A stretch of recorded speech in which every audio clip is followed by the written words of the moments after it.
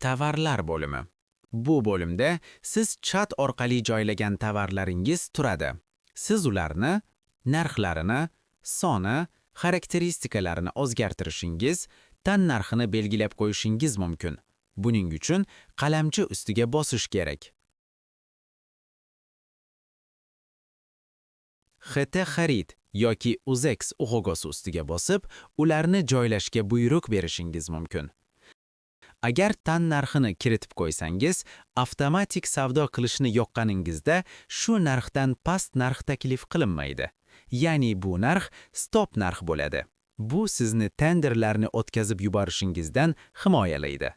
Bundan tashqari, agar biror buyurtmachi bizning saytdan biror tovar qidirsa, siz joylagan mana shu tovarlar ichidan topib, korxonangizni tavsiya qiladi.